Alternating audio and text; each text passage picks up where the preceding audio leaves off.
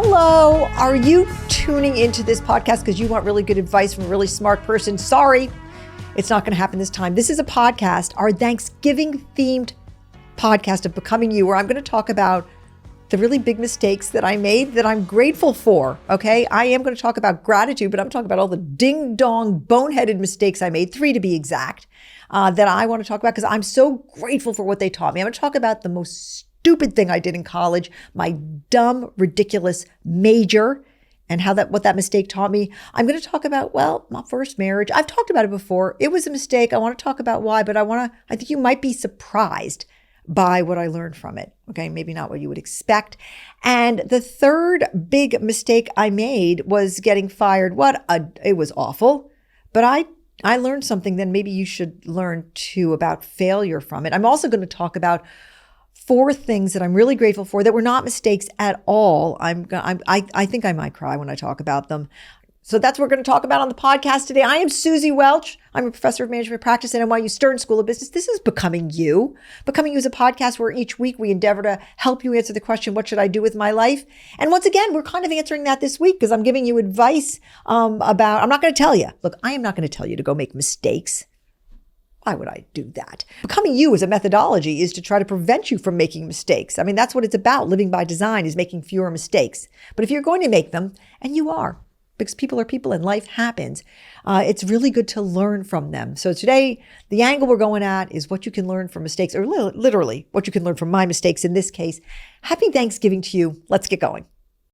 All right, so I want to tell you about my first mistake. It happened when I was 18 years old. It's a whopper. I come back to it all the time. And here's what it is. I was a young, bright, ambitious, fierce young girl who came from a family that was kind of surprised by me at every turn. In fact, when I called my mom to tell her that I got into Harvard, when the letter came, my mom said to me, famous words in my family, "Sue, you applied?" I showed up at Harvard in 1977, probably long before many of you were born. It was beautiful, leafy campus in Cambridge, Massachusetts. I had no idea who I was or what I was going to do in my life. We didn't talk about that. My parents were artists and hippies, and the idea of a career was not a concept that they wrapped their heads around. So life starts. I kind of follow along with the crowd. I'm looking here, I'm looking there. I'm trying to teach myself, what do you do when you get at this school? I was naturally had an aptitude for sports. So I joined the lacrosse team, or I made the lacrosse team. And then I was very drawn to kind of community, and I was a pretty good writer, I thought. So I tried out and got accepted to being a writer at the Harvard Crimson. That's the daily newspaper at Harvard. This felt like a great achievement to me. But when it came to academic work, I was good at school. So everything I took, I did pretty well at. I took epic poetry. I took sociology. I took psychology. I just took a smattering of everything. I took economics. But then at the end of your freshman year, you had to declare your major. And I was like, what am I going to major in? And I had no one to ask, or I thought I had no one to ask. And I decided, stupidly, to major in fine arts. So fine arts is basically, at every other college, they call it the history of art. And I randomly decided to major in it. Why? Because I'd gotten A's in all my fine arts classes. Art was very easy to me. I came from an artsy-fartsy family.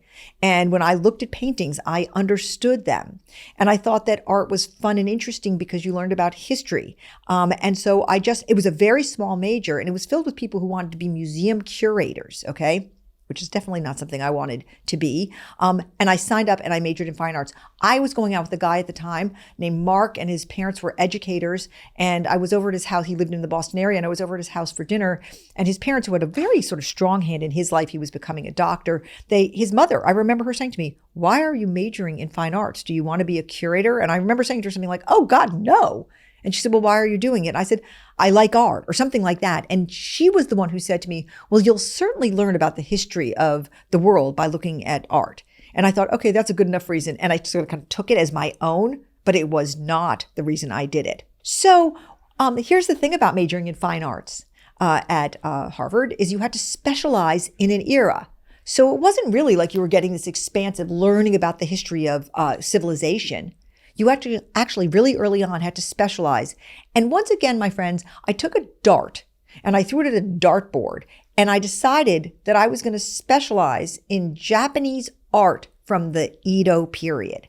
Now, I want to tell you, I retained zero of it so much. I retained so little of it, except for remembering thinking that this art was quite beautiful, that I had to go to ChatGPT today and I typed in Japanese art from the Edo period. Tell me about it. Okay, so here's what it told me. I'm just going to briefly tell you about it. The Edo period, 1603 to 1868, was one of the most visually inventive, culturally explosive eras in Japanese history, an age when art became both democratized and dazzlingly sophisticated. Have I lost you yet? Okay, I studied this for almost 4 years. I did. And I'm not going to tell you that I liked it. I think that while it was going on, I thought to myself, what am I doing? All of my classmates were studying politics and economics and literature and having like these expansive conversations. And I was like staring at two paintings, trying to sort of pick out what was different about the way, in some cases, the women's clothing draped. And I think that during it, I was like, what are you doing, Suzy? My parents never asked about it. And again, when people said to me, why are you doing this? I would invoke my boyfriend's mother's explanation that I was studying the history of civilization, but I wasn't. I was actually studying kind of 5 different takes on a particular kind of Japanese art. And I realized, I must have realized how narrow it was and how uninteresting it was to me, because when it came time to do my senior thesis, which was required, I actually went to the head of the department and said, I wonder if I can have permission to do a totally different senior thesis. And I suggested this really journalistic examination of looking at 3 Boston-based emerging artists and exploring what made them either break out and have success or not. They very begrudgingly allowed me to go out of my area of specialty to do something that was actually kind of contemporary and interesting. Let me summarize. Hot mess, studied the wrong thing for 4 years. And here's what I would say about it. I squandered my opportunity to learn when I was there. I could have taken advantage of my education. I could have learned so much more. And I actually think I knew it while it was going on, but did not have the words to articulate it. What makes me so grateful for it is that because I knew it was happening, I got this mindset that actually you can't stop learning, because if you didn't learn at school, you've got to keep learning. And this is what explains the way I act about learning now. Like I am a fanatic about like reading stuff, staying ahead of things. Like if I'm about to meet somebody, I like research them excessively. If I see a topic coming onto the horizon, I like voraciously, like ChatGPT is my best friend in this. Like the other day, I was like, okay, there's something going on in Sudan. I keep on reading about it. I don't understand it deeply enough. Tell me everything I need to know about what's going on there. And by the way, what's going on there is unspeakably tragic and everyone should be talking about it. But I think that losing the chance to really have the education that was handed to me on a platter made me a self-educator. And this has helped me so much in my life. I mean, I think sometimes I talk to people about AI and I think, wait, am I like the only one who's like obsessed with this and like following all these feeds about it? And I'm not, obviously, but I think that it's like, it forced me to realize that you have to be teaching yourself all the time. And I'm grateful that that happened to me. It also sort of made me a person that never, ever wanders an incredible opportunity that's handed to you. Like when I see an incredible thing coming at me, like every time I travel, I like do all this research beforehand about what I should see, what I should learn. Or I read it before I went to Sicily. I like read the 3 most important novels written about Sicily. I think that this is all a result of the fact that I had this beautiful gift horse handed to me and I looked it in the mouth and it changed me. So I'm really grateful it happened because I've learned a lot in my life outside of education that has made me, I think, more present in the world and more able to help other people. And I will say this one other thing. By the time I got to graduate school and I went to HBS for graduate school, I didn't squander it. I remember thinking before I stepped onto the campus of business school, I'm not doing what I did before. I'm going to be so prepared. I'm going to take all the classes I should take. I'm going to be so ahead of it. So I learned that lesson pretty quickly, but it stayed with me. And my poor children who had me hovering over them with the hot breath of my mouth on their necks the entire time they were in college, asking them every semester, what are you taking? What are you majoring in? Why are you doing that? Are you taking the right classes? Are you meeting the right professors? So it's had long-lasting effects, this 4-year detour into this, look, it's a beautiful art form. Okay. It's a very beautiful, it's so obscure. And that was a mistake for me to have done, but one that I'm super grateful for. All right, let's move on to the second mistake I'm very grateful for, a little bit heavier. Okay. Because, okay, fine. I studied Japanese art for 4 years. But here was the big mistake. And that was my first marriage. But I am so glad I made that mistake. I mean, okay. So my first husband's name was Eric. I hope you're listening. Hi, Eric. Hello, Siobhan, Eric's partner. These are people I'm incredibly close friends with. I met Eric when I was 15 years old. We met at boarding school. One of the great mysteries of civilization is why we got married to each other. I think I finally cracked the code that Eric and I got married because we both shared an inordinate love of an album by Brian Ferry called Boys and Girls. I mean, that was the only thing that we had in common. We both went to the same boarding school, but we had one other thing in common, to be serious. And really, if you think about it, we had none of the same values, 0. We had none of the same aptitudes, 0. We did have one shared interest out of all the interests in the world, and it was like this one artist, Brian Ferry. So whatever, we followed the momentum and we got married after college, after having met and gone out in high school. But when I look back, actually as an adult, and I say, why did it happen? I think that the true reason is that we both came from highly unusual families that did not present to the world in a normal way. And we did not have to explain our families to each other. We gave each other a lot of psychological safety around not having to explain parents who didn't show up or parents who did not act like other parents. And that was a lot, because if you functioned in the world and everybody had a normal family, you felt like such a weirdo having a different family, and we allowed each other to do that. And between that and the songs by Brian Ferry, that was enough. And we were young kids with not a lot of adult supervision, and we got married. And it was enormously painful for both of us. It was a terrible marriage. We hurt each other over and over and over again. There was not a lot of happiness or shared good experiences. It was terrible. It was a very, very, he was in pain and I was in pain for a long time. And finally, after our 4th child was born, we got our divorce. And I would say that grateful for that marriage for 2 gigantic reasons. The first is that we had those children. And people have said to me, when I've told them this, they've said, yeah, but you would have had children with a person that you were happy with, that you didn't have all that pain with. And my answer is, yeah, but they wouldn't have been those children. They wouldn't have been our children who had to be born because the world is so much better with them. So I'm so grateful. I'm grateful for the pain I went through just because I got those 4 children. I'm glad that we didn't give up after the first one when we thought about it, or the second one when we kept thinking about it, or the third one that we had to stay together, and the fourth one who was quite a surprise to us. I would say that I'm glad because I got those children. So that's I'd do it again. Don't be scared, Eric and Siobhan. I wouldn't really do it again, but I would go through the pain again. For sure. But here's the second reason I'm so grateful for that dumb decision. And it was a dumb decision for both of us. Okay. Believe me, Eric was not having a good time in this marriage, and probably a worse time than me. And that is because Eric is one of my closest friends today. And maybe on some occasions, he feels like my best friend. I've known him for 50 years. I mean, we know each other as well as you can possibly know each other. And here's the thing. I am so grateful because the restoration of our friendship, our strong friendship, has taught me about forgiveness and the freeing, liberating, empowering joy of forgiveness.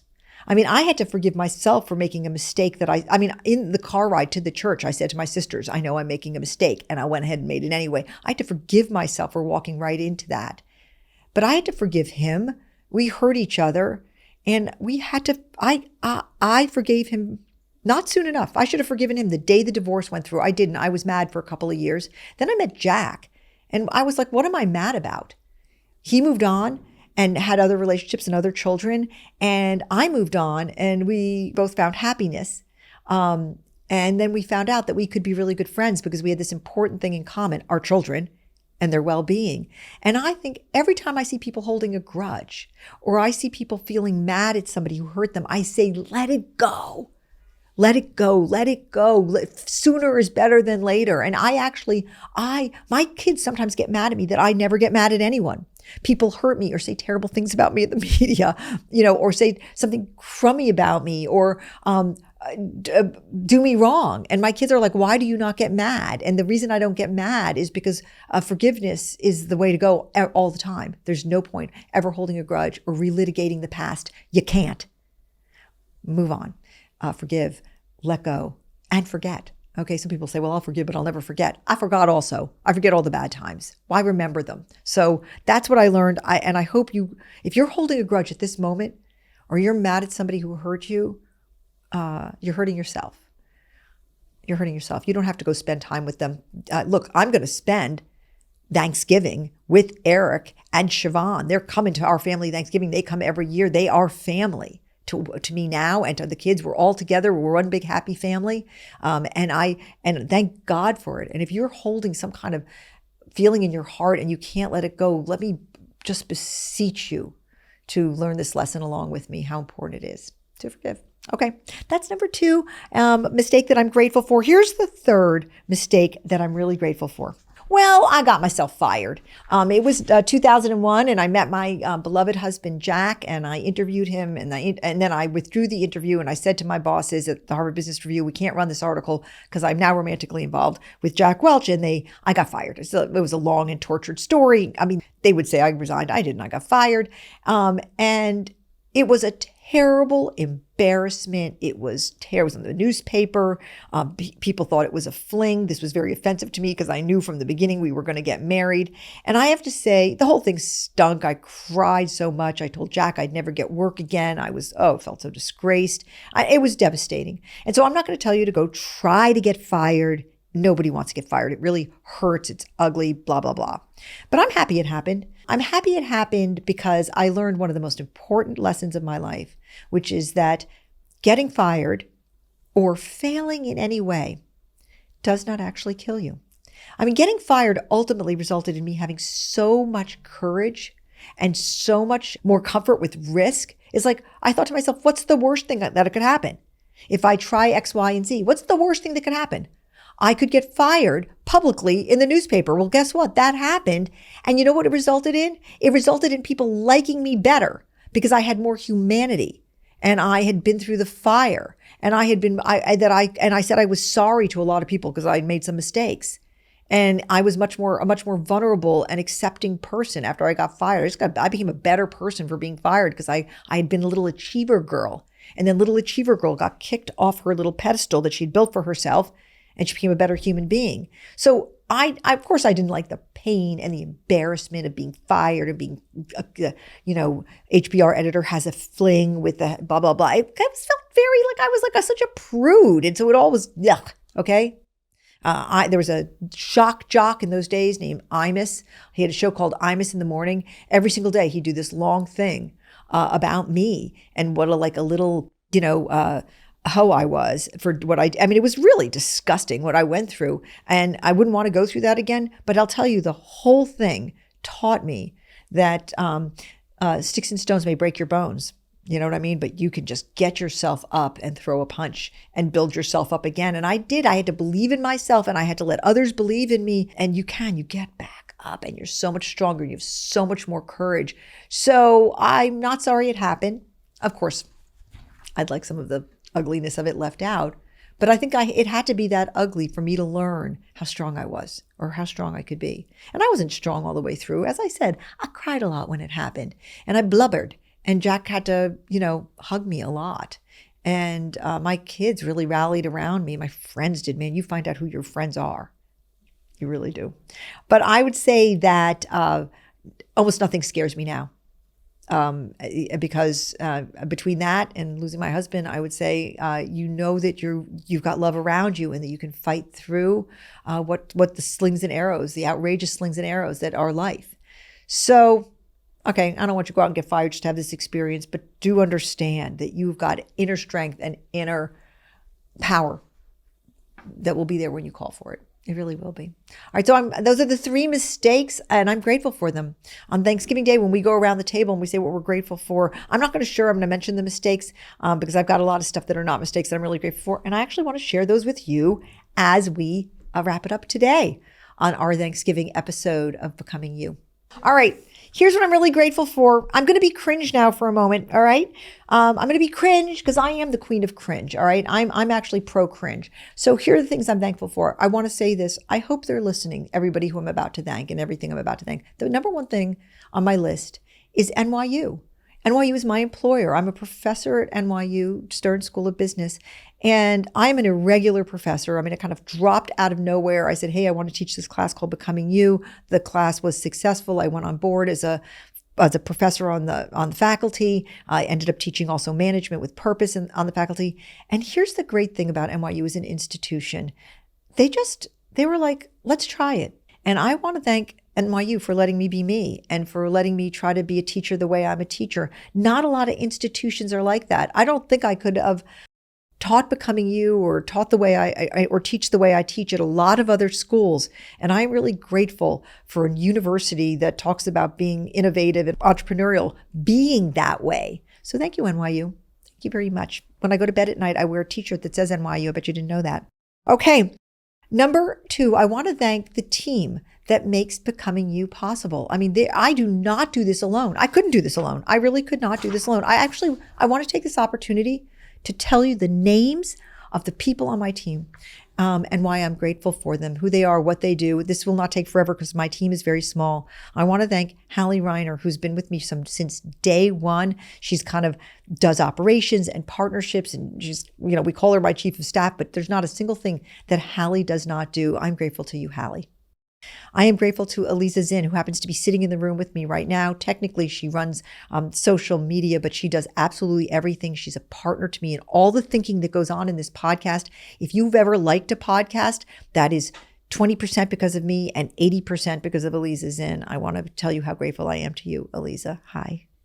I want to thank Tanya Joji. Tanya runs product and technology. If you've ever taken the values bridge and you've thought, damn, this is a good product, guess what? That's Tanya Joji. She did that. She's a brilliant mind. She went to NYU Tandon School of Engineering, and she's such a partner to me as we build the digital products that make Becoming You accessible to people all around the world, not just the people in my classroom. I want to say how grateful and thankful I am for Grant Stento, who is one of our engineers. He's a brilliant mind who every day builds our products with so much dedication to our purpose. Thank you, Grant. I'm grateful to you. I want to thank Kevin Bartley, who's a writer here, who is so much of the writing that you see in the Values Bridge newsletter. The product is done by Kevin, who we were comparing notes today on he also attended Harvard University, and he majored in English, and he said, I'm kind of right there with you with the fine arts, but I think he sort of had a better go of it. But thank you, Kevin, for your great mind and energy. I want to thank Jenna Caravera, who is our UI UX lead, and the beautiful design of our products, the beautiful design of the newsletter, everything you see that is so easy to read and so accessible is because of her great eye and great discernment. I want to thank Isa Lamson, who does a lot of partnership marketing for us, when we have great guests on this podcast, that is Isa's handiwork. And if you've ever heard me on somebody else's podcast, that is Isa's handiwork. She's so creative. I want to thank Dan Davis. He is the head of our research and insights. All of our data is thanks to his great cognitive skills. He's a psychometrician. He helps us build our products. And I would be half as smart without Dan by my side. Was a great help to me as I was writing my PhD thesis as well. He's just absolutely brilliant genius. And last but not least, I want to thank somebody you should know, because if you listen to this podcast, you've heard me on this podcast with Dustin Liu, who does Career Confidential with me. Dustin is the associate head of the Initiative on Purpose and Flourishing at NYU, and a real partner for me as we build a think tank around flourishing. Dustin, I am so grateful that I was able to hypnotize you and steal you away from Stanford University so that you could come work with us here at Becoming You and at NYU. All right, so those are all people that I'm so thankful for. Then very quickly, I'm thankful for my dogs. I am, Sir, Audrey, and Pierre. And last but not least, on this Thanksgiving podcast, I'm going to be so ultimately cringe, and I'm going to try not to cry, because very sincerely, I want to thank you. I want to thank the listeners of this podcast. This podcast started out as a whim when two students said to me, I'm going to miss you this semester. Professor Welch, we're going to miss you so much after the semester ends. Oh, Professor Welch, we're going to miss you. And I said, I'll start a podcast. That's what I said to these two young students. And I did. And so here we are, 80 episodes later. Obviously, there's a lot more people listening at this point than those two students. I hope they're listening to, wherever they may now be. I get so much incredible love from you. I love you back. I love hearing from you. I love your reactions to this podcast. I feel like I'm talking to you every single time I'm sitting in this chair. Please keep listening. I love being in community with you. I love doing life with you. So I want to say my last Thanksgiving words are to you. I'm grateful for you, and I look forward to remaining grateful to you for as long as we're both in this together. Happy Thanksgiving, everybody. I'm Suzy Welch.